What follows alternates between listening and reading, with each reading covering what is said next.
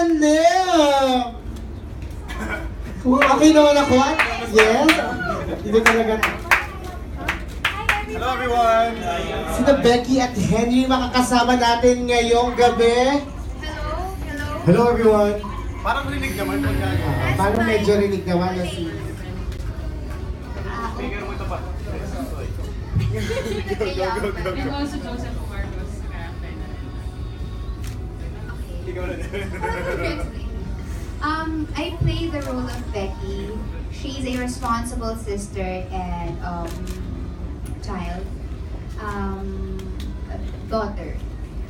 Actually, she's torn between living a life of responsibility and her dream of of traveling the world, because parang that's also in her heart. Parang she has this parang dream of living a life of adventure. Yun siya. And wow. Si Henry naman yung type ng guy na he lives each day like there's no tomorrow. Parang kumbaga, punta tayo dito, punta tayo dyan. And he's not afraid to try new things. And katulad ka sa trailer, sabi niya parang you have to try everything at least what bahala na kung anong mangyari. So yun yung mangyayari sa kwento nila ni Becca.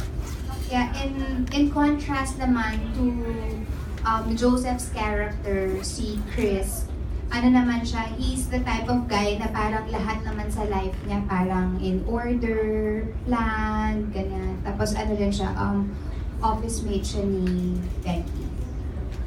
Tapos in connection with the title na rin, if you're not in showbiz now, what would be your other self? Siguro one or two other selves. Ako siguro, I'd say I'd be, a doctor. I was 16 years old when I entered show business, and even if naman na nasa showbiz na ako, parang alam mo yun, I have really not let go of that dream of mine to pursue a medical degree. Kung hindi naman ako then doctor, siguro I'd be a flight attendant. It's because my mom was a flight attendant dati. And growing up, parang I was so fond of parang hearing her stories, yung mga kwento niya pag bumabiyahe siya. And I told myself na parang one day I want to be like her, a flight attendant. Ako naman I'll be a basketball player. I think that's parang siguro mga 90% ng mga guys or 80% gusto talaga maging has that dream. And that's one of the reasons why I moved to the Philippines, is to play basketball or be a psychologist. Yeah. Thank you. Ayan, maraming salamat. Nagawa niyo because of this film na hindi niyo pa nagawa sa buhay niyo? Ako siguro because of this film, nakapagpaligo ako ng elepante. That's a bucket list for you. Not really a bucket list, but parang it's something that I have never done before. I mean, I'm a person who loves to travel. And ang nagawa ko lang before in Thailand was yung sumakay ng elepante. Pero yung magpaligo at magkuskus ng elepante sa pond, that's something that I've never done before. And to be that close to an animal. But were you also taught in Thailand that some of the elephants were not recommended to be ridden kasi may something like nakakasakit sa kanila kasi they have to be hit to follow the wishes of the rider, kasi di ba sinasaktan sila para gumalaw? Well, I asked that question to the person na nagko-control ng elephant. And this was the explanation given to me. He said na parang yung balat daw ng elephant makapal daw, so they won't feel parang when they try to control it. But I said naman na parang of course they feel something, that's the reason why they follow. And of course, syempre, you cannot naman go against kung ano yung kultura nila, hindi ba? So yun lang. So nagpaligo na lang kami ng elepante. Were you also given a particular wisdom quote of what the elephant symbolizes and what it means to to, kasi may something, may pagkaganon-ganon ba sa elepante, di ba? It's some spiritual being for Thailand, for Thai people.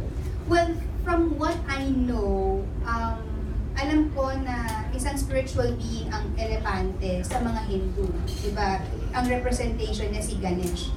But for the Thai people, I'm not sure what it actually represents. Sa akin naman po dito, yung pinaka-experience ko dito was to malibot yung Thailand sa iba't ibang parte tapos to experience it with the locals. Kasi usually pag nandun kami hindi naman we don't have the leisure of going around and na may kasama talagang yung mga Thai. So I think yun yung kakaiba, like yung Khao Road, kasi while they were shooting I had a lot of free time sa kung nung wala akong eksena. So yun, nakapaglibot ako ng mag-isa. So I guess I would consider that na hindi ko pa nagagawa. My next question would be, what particular places, if not in Thailand, in Asia, na yung parang you want to explore pa, na medyo hindi masyadong touristy, pero you're interested because you read something about it or you want to explore because you also love to travel? In Asia?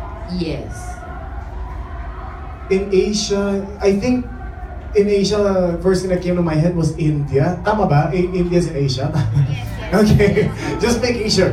Ayan, but sobrang interesting lang kasi especially yung film industry nila. And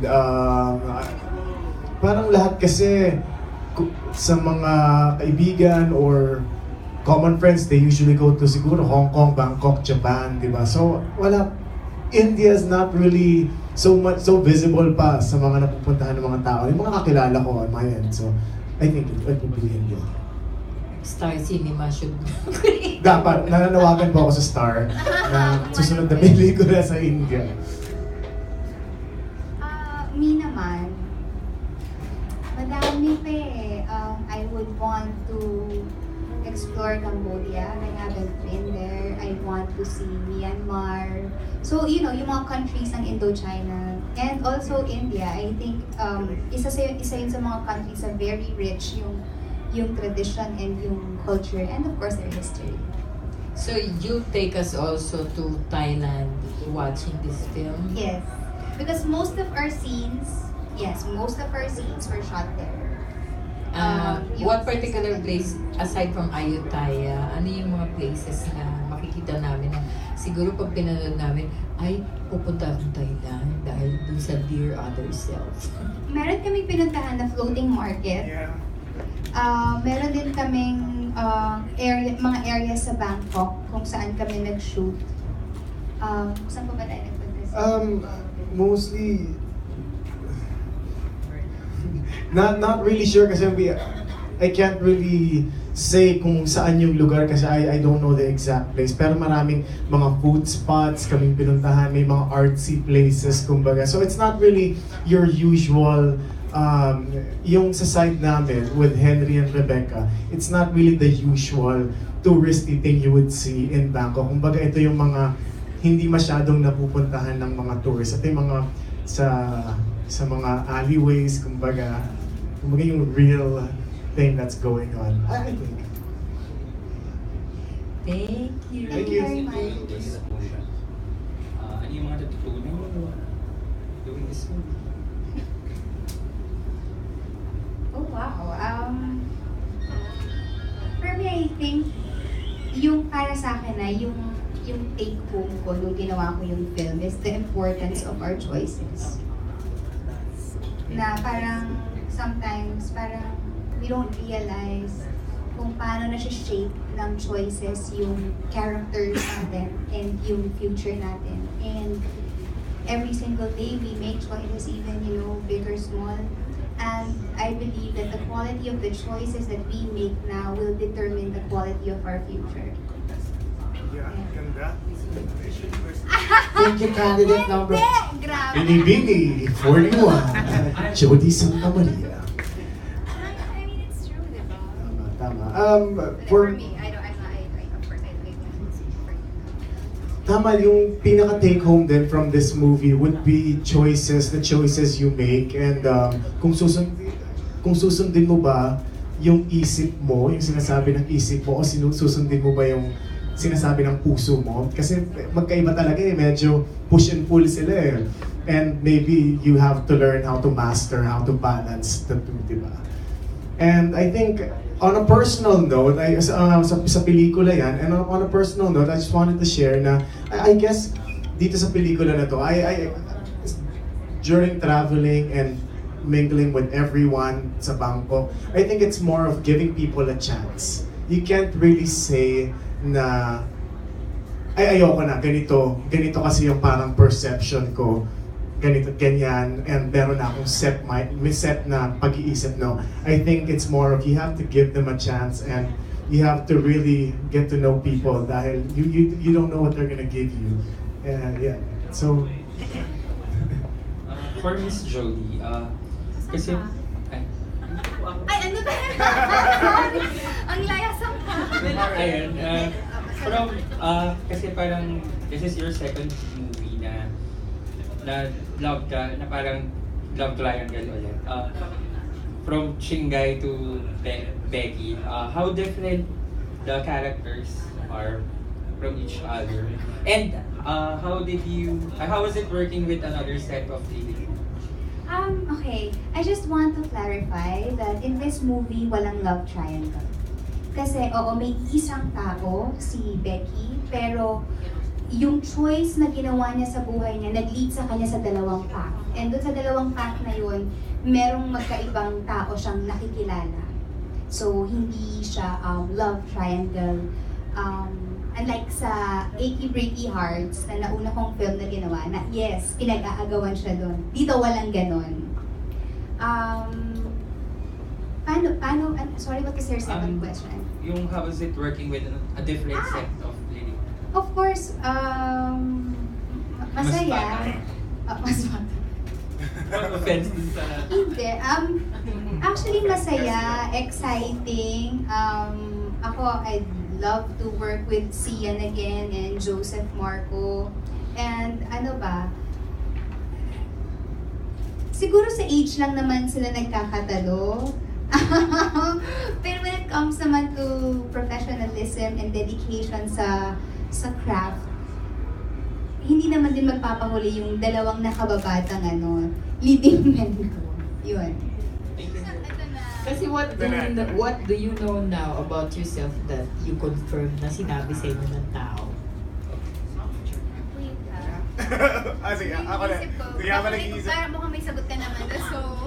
So, something na nalaman ko sa... Oo, na hindi mo kalain. Ay talaga, ganun ba ako? Ganon. I think, quick to share. I think starting dito sa industry and in the show business industry, people will always have a comment on who you are. So para sa akin, ang dami kong narinig eh.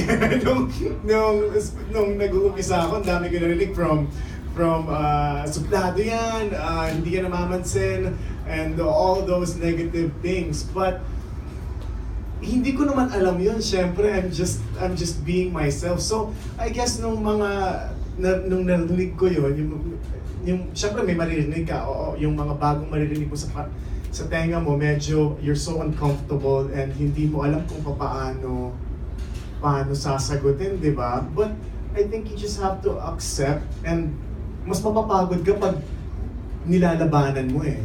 So if you accept, it's not really finding yourself, it's really what you can become. So I think importante yun. So wag niyo na lang labanan. I think so yun yung mga nalaman ko sa sarili ko. You listen. Yes, just listen.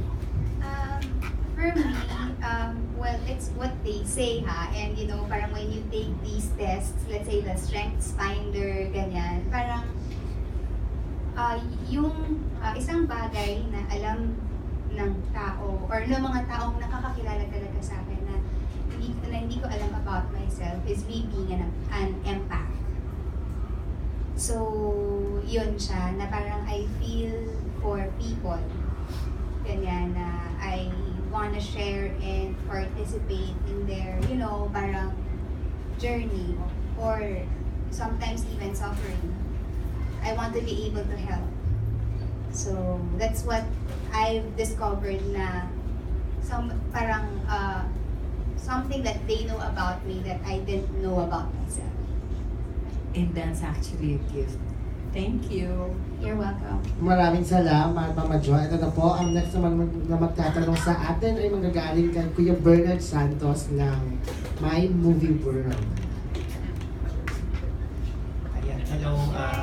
Question lang. Ano yung sa tingin nyo pwede nyo maging advice para dun sa mga taong naguguluhan pa para sa yung hindi pa nila sila nakakapag-decide kung ano yung pipiliin nilang path sa life, kung living the life that they want or living the life that they need to live.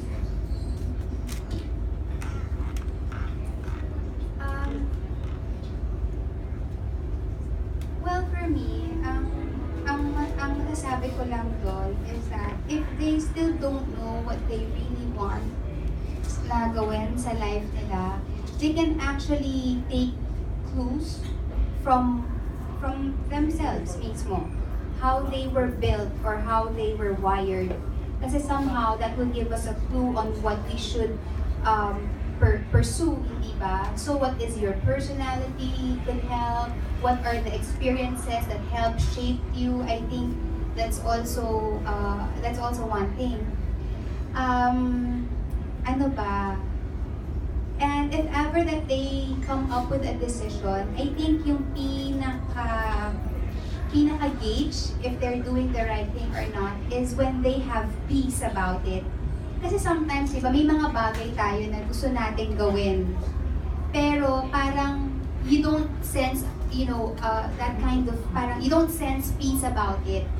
So, I think important din yung may peace ka sa gagawin mong decision or dun sa path na pinili mo. And also, siguro, ang dami ko na sinabi. Hindi, isa pa important na, are you passionate about it? Do you really want to do it? Or do you need to do it? So, may mga questions and may mga bagay din talaga na kailangan i-consider. And I think we all have time naman to ponder about it. Thank you.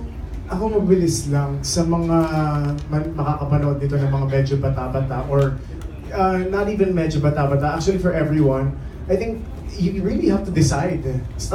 It's just an excuse na you don't know what you want. I think you're just delaying it. Stop procrastinating. Number one, stop procrastinating. Kasi ibig sabihin ng procrastination, hindi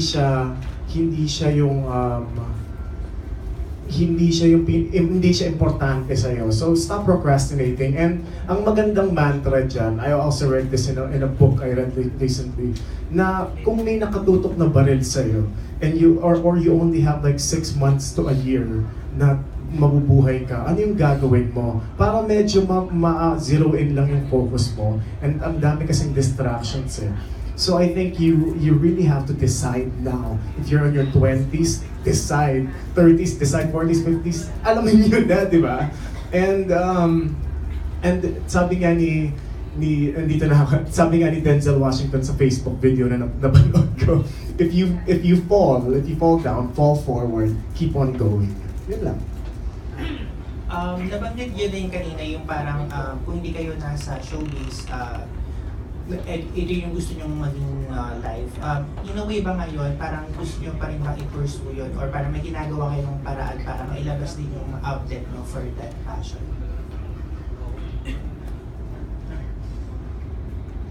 Okay. Well, for me, like I said kanina, na parang it was always a dream of mine to pursue a medical degree. But then, a few years back, parang it was not parang possible. Kasi di ba we cannot serve 2 masters at the same time. Parang, I find it parang physically and mentally taxing to do both acting and studying. Kasi na-try ko siya pareho. I graduated late in high school. I was 28 years old. But then, I told myself that I have to do it, and I had to find time to finish it. So after finishing high school, I jumped right away to college and took up medical biology. Unfortunately, I wasn't able to finish it because of the demands of both school and work. And I'm also a mother, and I also have, responsibilities and obligations with my family. So parang hindi na-set aside man siya, pero I did not fully let go of that dream. And I prayed to God that if it's in His will, then I know one day in His perfect time, He would still open the door for me to finish my school. And God has been good, and He has opened this season for me to be able to pursue it once again. And I was able to find a school that offers home study program and college. So hopefully in 2.5 years time, I'll be able to get a college degree. So please pray for me. Yes. Thank you. Yeah, siya. For me, basketball was just really hard. Kasi sometimes medyo na may miscalculate na yun nga. Like, we're going back to what I said earlier na find what you really want. Kasi hindi porket sinabi ng mga tao or these people have dreams for you, it doesn't necessarily mean na yun talaga yun. So, I decided to go with what I really want. Medyo naghanap ako. But yeah, I play basketball from time to time. Pero yung my dream of being a psychologist talagang gusto ko talaga eh. Minsan tambay ako sa mga bookstores and I buy psychology books, yung mga crash course. Unfortunately, hindi ko lang alam yung window ni Jahari. Hindi ko lang alam. si Jahari naman, doon tayo nadali eh. But yes, that's still a dream, and I hopefully one day makuha ko yun. Okay, thank you guys. Routine mo, wala, steady ka lang, you're halaman ka halaman. But if you have that, kung meron kang push, you're always growing. Yeah. Next, gagamitin ko yung word na catapult. Yeah. Sige, nasample muna. Catapult my career. Loves to riches. Fairness, Albert. Ayan na nagkaroon ka na naman si Sir Ted ng whatsapp.ph. Hello guys. So question ko lang, what are the 3 items on your bucket list para ma-fulfill yung other self mo? 3 things. Siguro, isa sa bucket list ko, of course, to be able to finish school. And then, I want to scuba dive. It's because, for me, if I do that, then it's another fear of mine that will be conquered. And the third thing would be travel the world. Sa akin din travel the world. That's one. Second and third. Oo nga, second and third, medyo mahirap na mag-isip eh. Kasi parang din yung Oo. Parang, okay, kung natravel mo yung mundo, ma-experience mo, dun na dadating yung mga bank. So I think yun lang para sa akin. So another question, yung aside from financial commitments and financial responsibility, any other factors in your life na magpre-prevent to be your other self?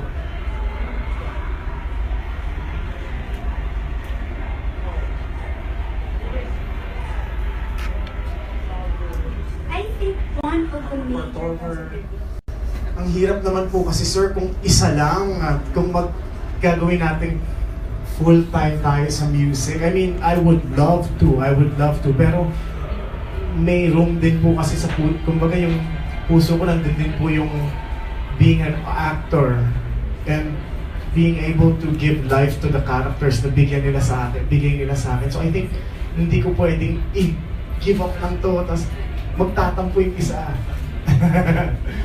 Thank you. Thank you. At syempre, bigay mo na rin dyan sa tabi mo, Kuya Ted, kay Kuya Alan Sangkon ng Star Photos Danco. Congrats, Jodi and Sian. Tanong ko lang kay Jodi. Komportable ka ba na, kumbaga, after the success ng team up mo dun sa dalawa, tapos another team up with two, mas komportable ka ba na gano'n, na dalawa yung laging leading men mo or kasama mo sa isang movie, or parang okay lang sa'yo na isa lang, or solo, something like that? As an actor, I don't mind being paired with, other people naman. Kunwari, if it's dalawa, or if it's isa, wala naman akong problema about it. As long as magawa ko ng maayos, magawa ko ng tama yung trabaho ko. At makita ko na nag-i-enjoy yung mga manonood, I think okay sa akin yun. Tapos parang this is about decision making, di ba? Yung matututunan ng mga millennials ngayon. Aside from that, ano ba yung mga, kasi parang more on millennial, di ba? Movie. Ano yung mga matututunan pa na ang ibang mga millennials upon watching this film? Ayokong sabihin na this movie was intended for millennials alone, kasi wag naman natin silang i-single out. I mean, yes, it was inspired from a millennial, pero parang I believe na lahat tayo from all ages, all walks of life can relate to this film. Because lahat naman tayo, hindi naman lang millennials ang mga gumagawa ng mga desisyon sa buhay eh. Hindi lang naman mga millennials ang nafe-face sa isang crossroads.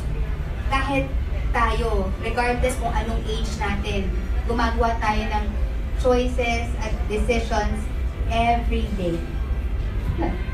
So yan, ano yung learnings na matututunan ng mga manonood, not just the millennials? Binago na yan, ha? Oo nga. Binago. Grabe. Sabi kasi ni Jodi. Mag-i-single out din. Oo, yeah.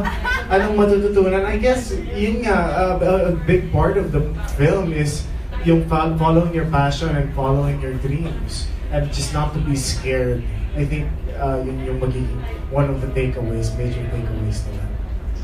Siyempre parang meron ding love, dito, parang may love something din. May aabangan ba to both of you na something na abangan nila sa inyo, like sing-sing or parang Abangan na ba ang mga kissing? yeah, parang ganun. May ganun bang aspeto dito sa movie? Siguro yung mga kilig, tsaka yung mga fun moments. Yun yung mas, feeling ko lang naman na abangan. So yan, first time to work with Jodi. Yeah, first time. How is it working with Jodi dito sa film na to? Ang dami kong take home.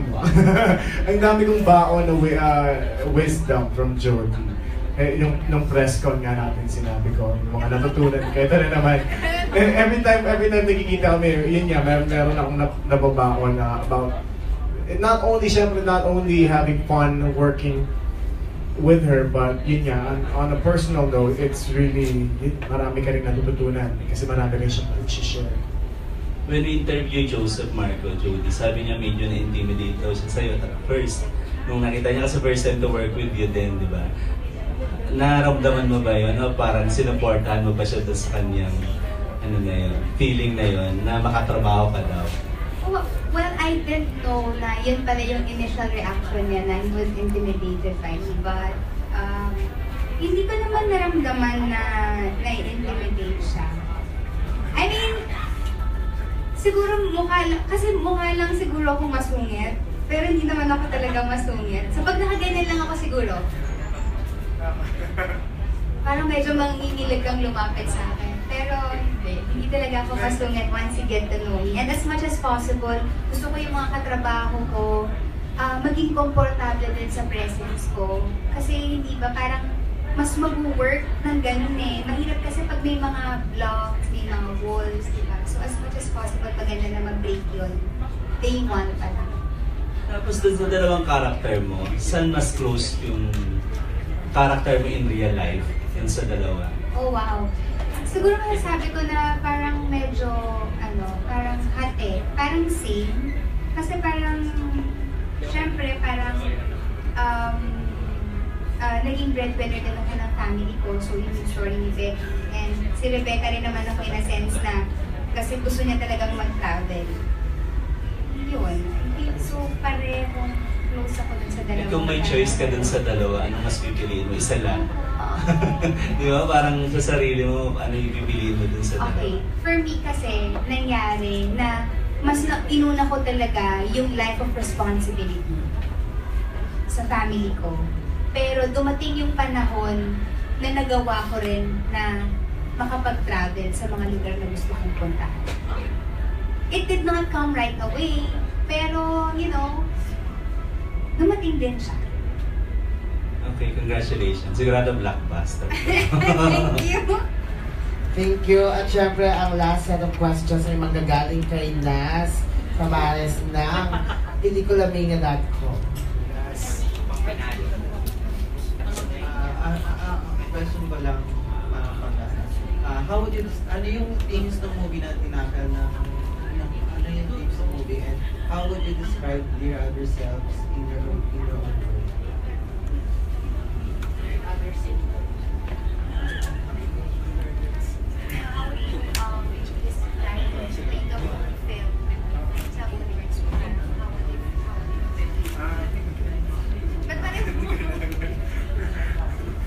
Ikaw na lang yan. Nakakawasit siya. I think,